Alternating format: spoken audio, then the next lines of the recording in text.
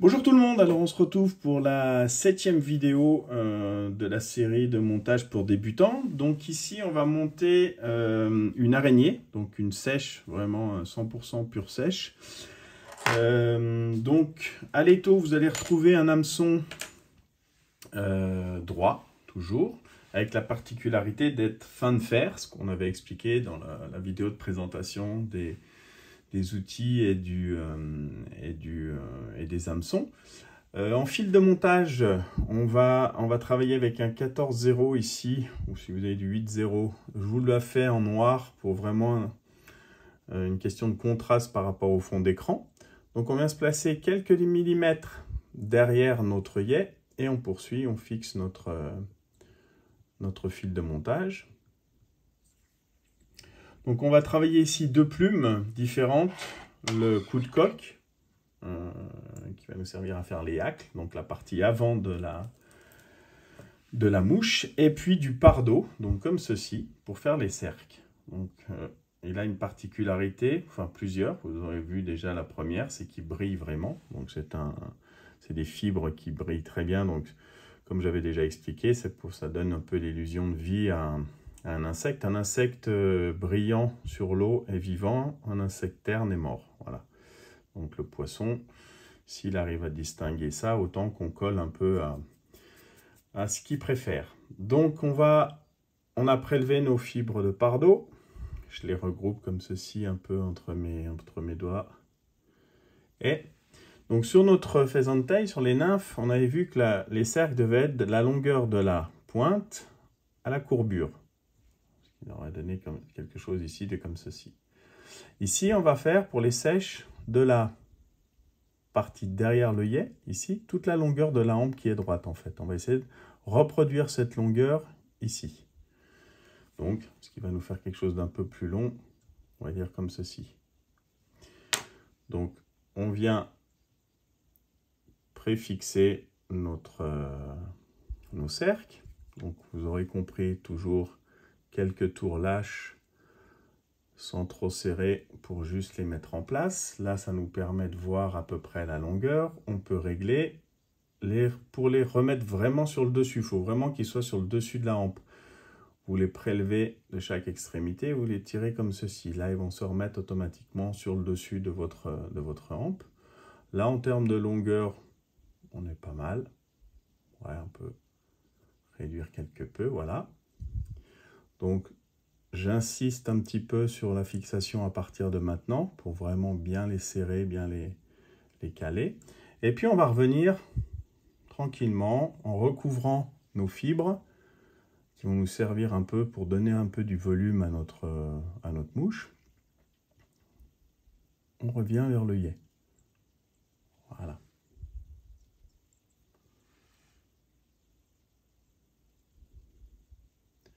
Ici, on va couper. On n'a plus besoin de ces fibres. Voilà.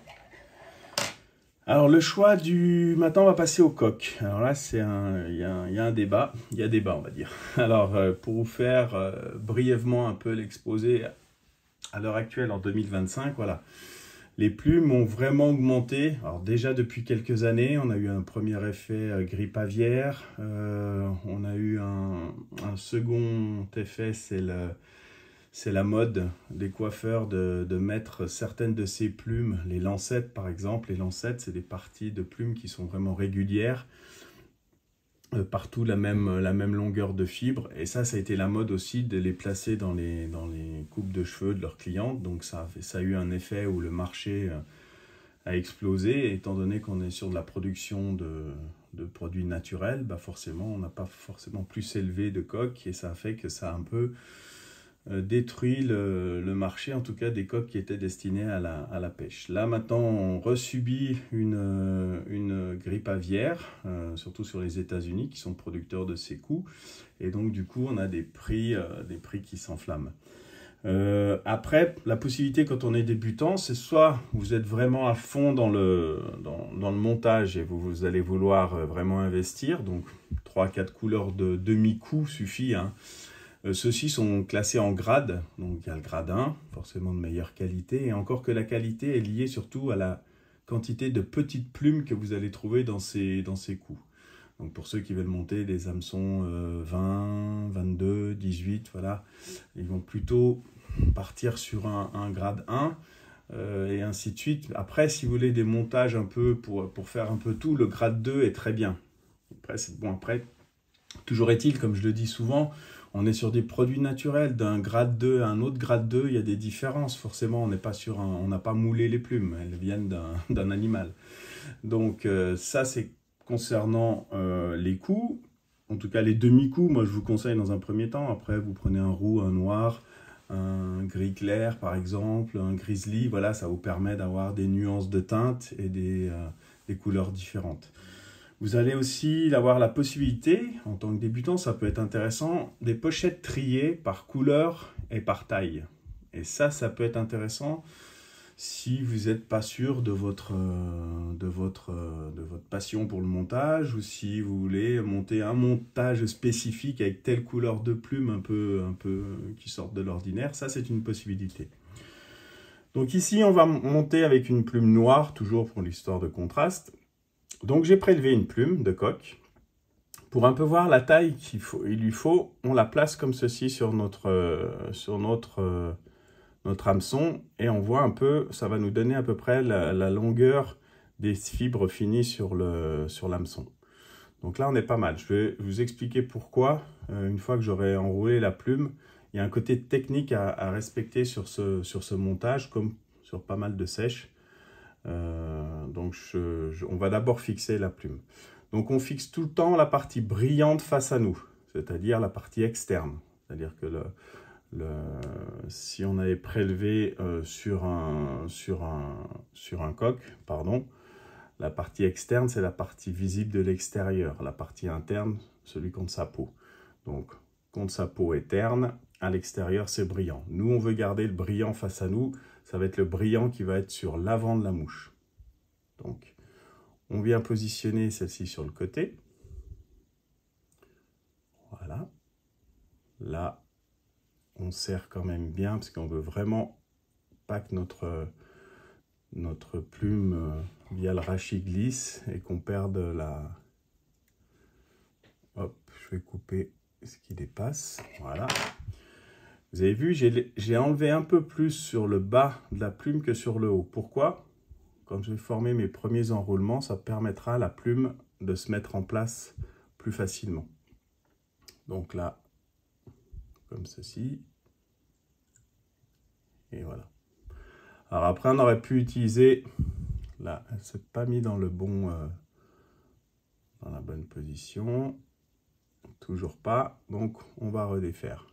Voilà, ça, je vais profiter de ces vidéos parce que vous allez rencontrer ces problèmes. Donc, autant qu'on les gère ensemble plutôt que je vous laisse un peu dans la panade. Et donc, il faut bien que votre plume puisse s'enrouler comme vous le désirez. Hop. Voilà, je l'ai replacé. Et là, voilà, là, on va avoir un enroulement. Vraiment, le fait d'enlever aussi cette partie basse vous permet de voir si votre plume aussi est bien placée, si elle est à l'endroit ou à l'envers.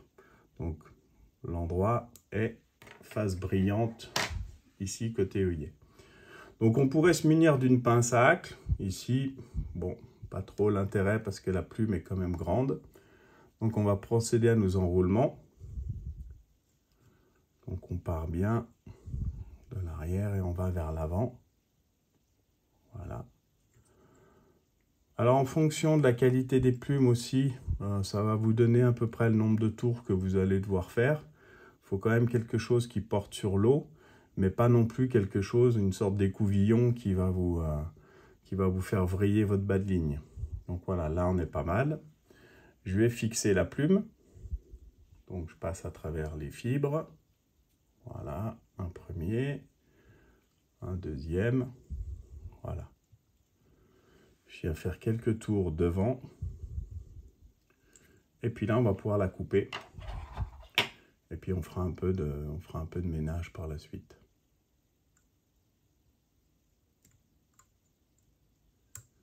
Voilà. Donc on va tirer nos fibres délicatement sur l'arrière afin de venir former notre tête et bien surtout assurer la fixation de la plume. Voilà. Donc là, ou demi-clé ou whip finish, c'est vous qui voyez comme d'habitude. Donc moi je vais faire au whip finish. Hop. On va couper. Donc là vous pourrez apporter une petite goutte de vernis ou de résine UV sur la tête. On va faire un peu de nettoyage, pas grand chose à enlever, délicatement. On tire toutes nos fibres, le petit coup d'ongle pour vraiment être sûr que l'œillet est dégagé avant de vernir.